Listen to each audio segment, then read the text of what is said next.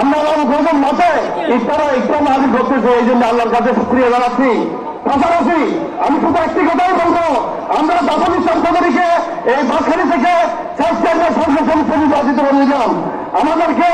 ইনশাআল্লাহ এই ডিসেম্বরে যে নির্বাচন হবে তার জাফর ইসলামের প্রতিচ্ছবি, আমাদের নেতার প্রতিচ্ছবি বিশ্বজিৎ ইসলাম চৌধুরী বাপ্পা আজকের এই আজকে প্রধান অতিথি,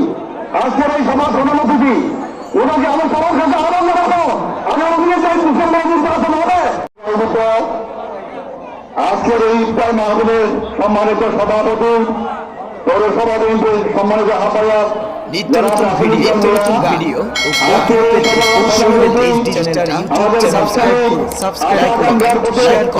আমাদের বাসখালী থেকে 4 চেয়ারম্যান নির্বাচিত সাবেক সংসদ এবং সাবেক মন্ত্রী আলহাজ জাফর ইসলাম চৌধুরীর সুযোগ্য উত্তরস্বরে যারা